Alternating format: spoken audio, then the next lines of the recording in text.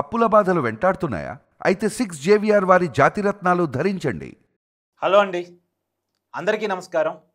నేను మీ కట్ట కార్తీక్. హైదరాబాద్ జూబ్లీహిల్స్ అసెంబ్లీ నియోజకవర్గానికి ఉప ఎన్నికలు రాబోతున్న వేళ నిన్నటి రోజున నేను ఒక సర్వేని రిలీజ్ చేశాను. నేను ఎప్పుడైతే సర్వేని రిలీజ్ చేశానో రాజకీయాల్లో అది పెద్ద చర్చనీయాంశంగా మారింది. చాలామంది రాజకీయ నాయకులు నాకు ఫోన్ చేసి దాని గురించి ఆరా తీసే ప్రయత్నం చేశారు. కాంగ్రెస్ పార్టీ నాయకులైతే మేము చాలా సీరియస్గా ఉన్నాం, మీరేమో బీఆర్ఎస్ గెలవబోతుందని చెప్పారు, కానీ మేము అన్ని ప్రయత్నాలు చేస్తూ ఉన్నాం, ఖచ్చితంగా జూబ్లీహిల్స్ని మేము గెలుచుకోబోతూ ఉన్నాం అనేటువంటి కాన్ఫిడెన్స్ని వాళ్ళు నాకు చెప్పేటువంటి ప్రయత్నం చేశారు. సరే, ఎవరి కాన్ఫిడెన్స్ వాళ్ళది. నేనేమో నా సర్వేలో జూబ్లీహిల్స్లో బీఆర్ఎస్ గెలిచే అవకాశం ఉంది, తర్వాత ప్లేస్లో కాంగ్రెస్ ఉంది, కాంగ్రెస్కి బీఆర్ఎస్కి మధ్య కూడా చాలా గ్యాప్ ఉంది, బీఆర్ఎస్ చాలా ముందంజలో ఉంది, మూడో ప్లేస్లో బీజేపీ ఉంది, బీజేపీ చాలా యాక్టివేట్ కావాల్సి ఉంది. ఒకవేళ బీజేపీ యాక్టివేట్ అయితే బీఆర్ఎస్ ఓట్ బ్యాంక్ని కనుక కొంత చేర్చగలిగితే అది కాంగ్రెస్కి అడ్వాంటేజ్గా మారింది, కానీ బీజేపీ ఇంకా యాక్టివేట్ కావాల్సి ఉంది అనేటువంటి విషయాన్ని చాలా క్లియర్గా చెప్పే ప్రయత్నం చేశాను. బీజేపీ నుంచి లంకెల దీపక్ రెడ్డి పోటీ చేయబోతున్నారని, బీఆర్ఎస్ నుంచి మాగంటి సునీత గారు పోటీ చేయబోతున్నారని, తర్వాత కాంగ్రెస్ పార్టీ నుంచి నవీన్ యాదవ్ పోటీ చేయబోతున్నారని అభ్యర్థుల పేరుతో సహా మనం చాలా కరాఖండిగా చెప్పాం. కానీ ఇది ఎర్లీ ట్రెండ్స్ మాత్రమే. రేపు అఫీషియల్గా అభ్యర్థులు ప్రకటన చేసిన తర్వాత వీళ్ళే ఉంటారా లేదా ఏమైనా మార్పులు చేర్పులు ఉంటాయా, అభ్యర్థుల్ని ప్రకటించిన తర్వాత ఏ నినాదాలు తీసుకుంటున్నారు, ఏ విధానాలతో ఎన్నికలకు వెళ్తున్నారు, ప్రజలకు ఏం చెప్తారు అన్నదాన్ని బట్టి కూడా ఎన్నికల ఫలితాలు అటు ఇటుగా మారే అవకాశం ఉంటుంది. నేను చెప్పింది కేవలం ఎర్లీ ట్రెండ్స్. వాళ్ళు కాంగ్రెస్ నాయకులు కాన్ఫిడెన్స్ పెట్టినట్టు వాళ్ళు కావాలంటే గెలవచ్చు కూడా. అధికారంలో ఉన్నప్పుడు కొన్ని అడ్వాంటేజ్లు ఉంటాయి. నిజానికి గెలిచే పరిస్థితులు లేకపోయినా తిమ్మిని బమ్మి చేసే గెలిచే అవకాశాలు ఉండొచ్చు. అధికారంలో ఉన్న వాళ్ళకి అడ్వాంటేజ్లు ఉంటాయి. మీకు కావాలంటే కొన్ని ఉదాహరణలు కూడా చెప్తా. తెలంగాణలో గతంలో మొన్న జరిగిన సార్వత్రిక ఎన్నికల కంటే మునుగోడు బై ఎలక్షన్ మీకు ఒకసారి గుర్తు చేస్తా. కోమటిరెడ్డి రాజగోపాల్ రెడ్డి గారు కాంగ్రెస్ పార్టీ నుంచి బీజేపీ పార్టీలోకి జాయిన్ అయ్యి ఆ స్థానానికి రాజీనామా చేయటం వల్ల ఉప ఎన్నికలు వచ్చాయి. అప్పుడు బీజేపీ వర్సెస్ బీఆర్ఎస్గా ఫైట్ నడిచింది. కోమటిరెడ్డి రాజగోపాల్ రెడ్డి వర్సెస్ బీఆర్ఎస్గా ఫైట్ నడిచింది.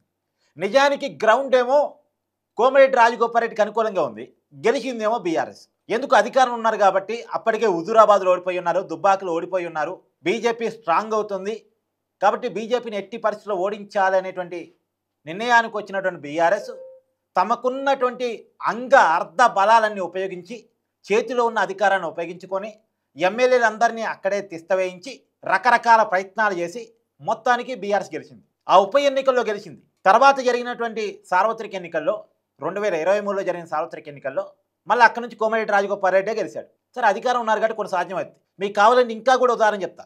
ఇప్పుడు విభజిత ఆంధ్రప్రదేశ్లో కర్నూలు జిల్లా నంద్యాలలో 2019 కంటే ముందు ఒక బై ఎలక్షన్ వచ్చింది. అక్కడ ఎమ్మెల్యే చనిపోవటం వల్ల కర్నూలు జిల్లా నంద్యాలలో ఉప ఎన్నిక వచ్చింది.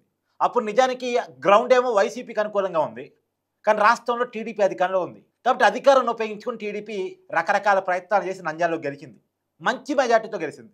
కానీ 2019 సార్వత్రిక ఎన్నికలు వచ్చేపాటికి అక్కడ వైసీపీ గెలిచింది. సరే, మొన్న మళ్ళీ వైసీపీ వ్యతిరేకతలో మళ్ళీ కూటమి గెలిచింది అనుకోండి, వేరే విషయం.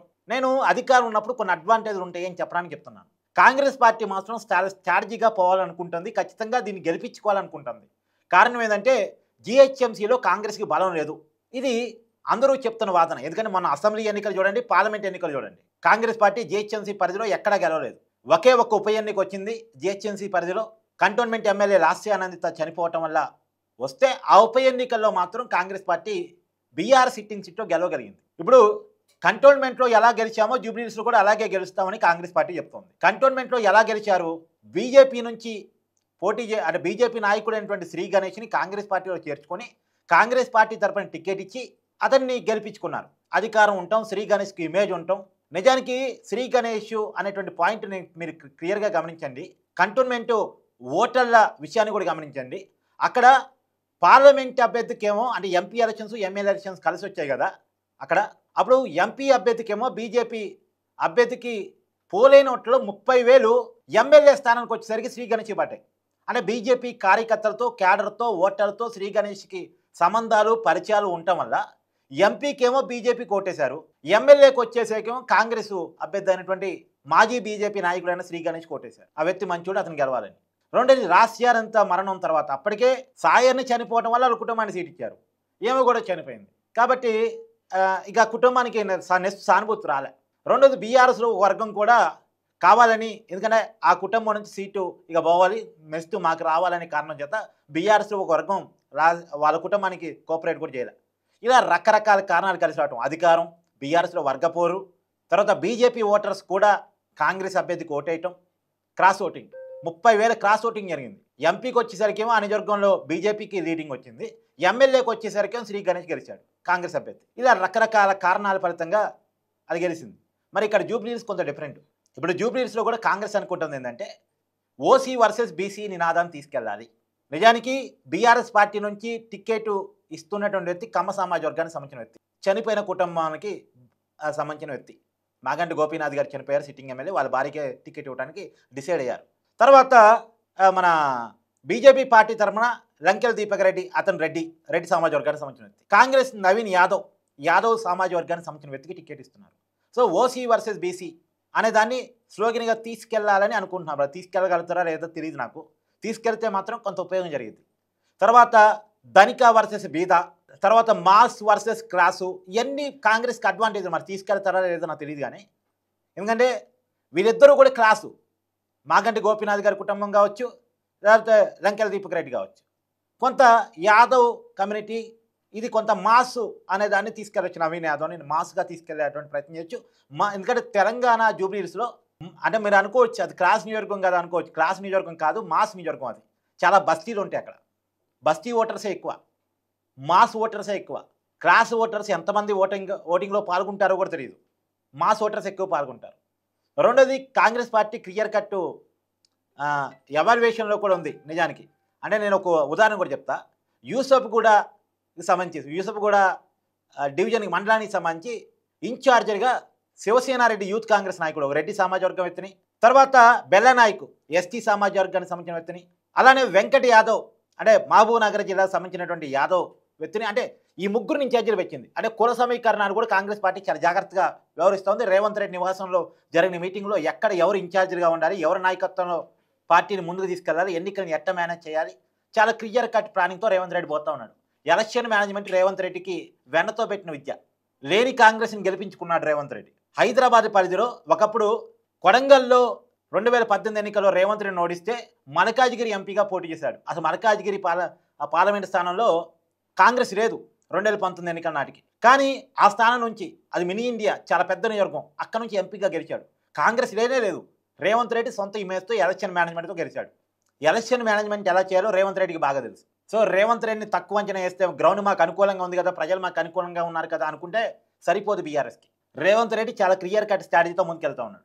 ఓసీ వర్సెస్ బీసీ తగాదా, క్లాస్ వర్సెస్ మాస్ నినాదం, తర్వాత సంపన్న వర్గాలకి పేద వర్గాలకి మధ్య పోటీ, ఇలాంటి నినాదాలు కొంత పనిచేసే అవకాశం ఉంది.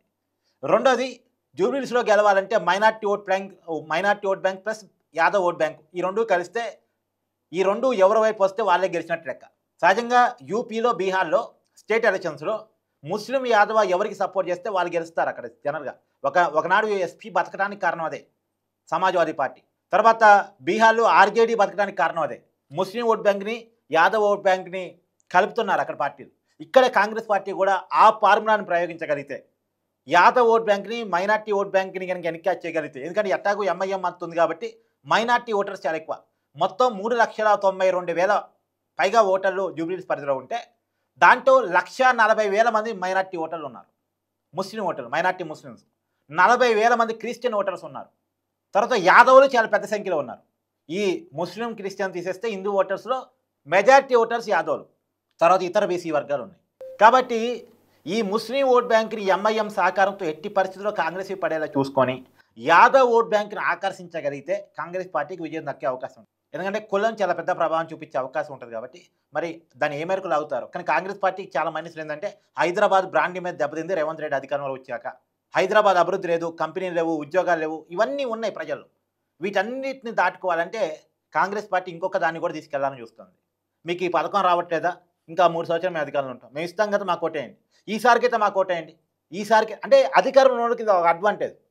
ఎక్కడికైనా పోతే ఒక సమస్య ఉంటే, ఓహో మీకు ఇది రాలేదా, మేము ఇస్తాం, ఈసారి ఓటేయండి మీకు ఇస్తాం అని ఒక ఆశ చూపించే అవకాశం అధికార పార్టీకి ఉంటుంది. అవసరమైతే అప్పటికప్పుడు అధికారులకి ఆదేశాలు జారీ చేశాను ఏదో ఒకటి చేసి తిమ్మిని బమ్మి చేసి గెలిచే అవకాశం ఉంటుంది. సో సగటు ఓటర్లు కూడా ఇప్పుడైతే అధికారంలో కాంగ్రెస్ ఉంది కదా, ఇప్పుడేమి ముఖ్యమంత్రి పీఠమే మారదు కదా, బీఆర్ఎస్కి ఒక సీట్ వచ్చినా ఒక సీటు తగ్గినా అధికారం మారదు కదా అని సగటు ఓటర్లో ఉండే ఫీలింగ్తో కాంగ్రెస్ పార్టీ దాన్ని అడ్వాంటేజ్గా తీసుకునే అవకాశం కూడా ఉంటుంది.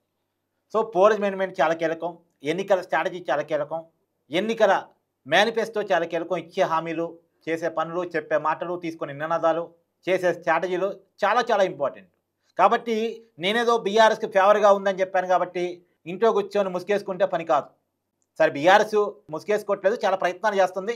రోజు తెలంగాణ భవన్లో మీటింగ్స్ పెడుతూనే ఉన్నాయి. నిన్న కూడా వెంకర్రావు నగర్లో మీటింగ్ వెంకర్రావు నగర్ డివిజన్ మీద బీఆర్ఎస్ ఆఫీస్లో మీటింగ్ పెట్టారు. సో రోజుకో మీటింగ్ జరుగుతూనే ఉంది. పీజేఆర్ కొడుకు విష్ణువర్ధన్ రెడ్డి కొంత దారి తప్పుతున్నాడు అనే ప్రచారం వచ్చినా అతను కూడా మళ్ళీ ఓన్ చేసుకుని అతని చేత స్టేట్మెంట్ కూడా ఇప్పించింది. కవిత ఏదో స్ట్రాటజీలు నడుపుతున్నారు, విష్ణువర్ధన్ రెడ్డిని జూబ్లీహిల్స్ నుంచి పోటీ చేపిస్తున్నారు బీఆర్ఎస్కి వ్యతిరేకంగా తెలంగాణ జాగృతి తరపున అనే ప్రచారం వచ్చినప్పుడు కూడా బీఆర్ఎస్ పార్టీ అదేమీ లేదని విష్ణువర్ధన్ రెడ్డి చేతే స్టేట్మెంట్ ఇప్పించింది. క్యాండిడేట్ ఎవరైనా నేను సహకరిస్తాను అని చెప్పేసి అది చెప్పిన మాటలు ఇప్పుడు వైరల్గా మారాయి. కేటీఆర్కి ప్రమోషన్ వస్తే నాకు కూడా ప్రమోషన్ వచ్చినట్టే అని. సో బీఆర్ఎస్ కొంచెం జాగ్రత్తగానే వ్యవహరిస్తూ ఉంది. కాబట్టి కాంగ్రెస్ పార్టీ కూడా చాలా స్ట్రాటజిక్గానే పోతూ ఉంది.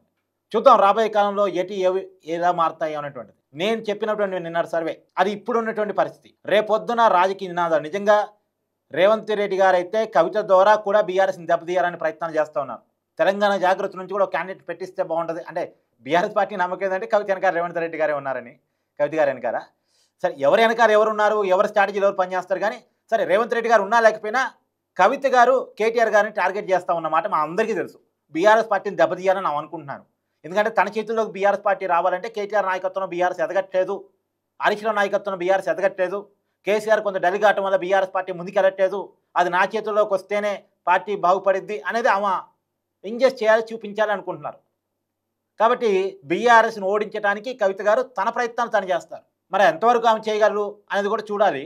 ఆమె వేసే స్ట్రాటజీలు ఎలా ఉంటాయి అన్నది.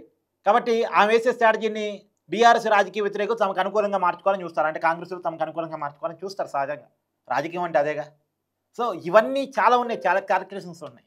రాబోయే కాలంలో ప్రతి క్యాలిక్యులేషన్ని చర్చిద్దాం, ప్రతి విషయాన్ని చర్చిద్దాం, ప్రతి మాటని చర్చిద్దాం. Thank you.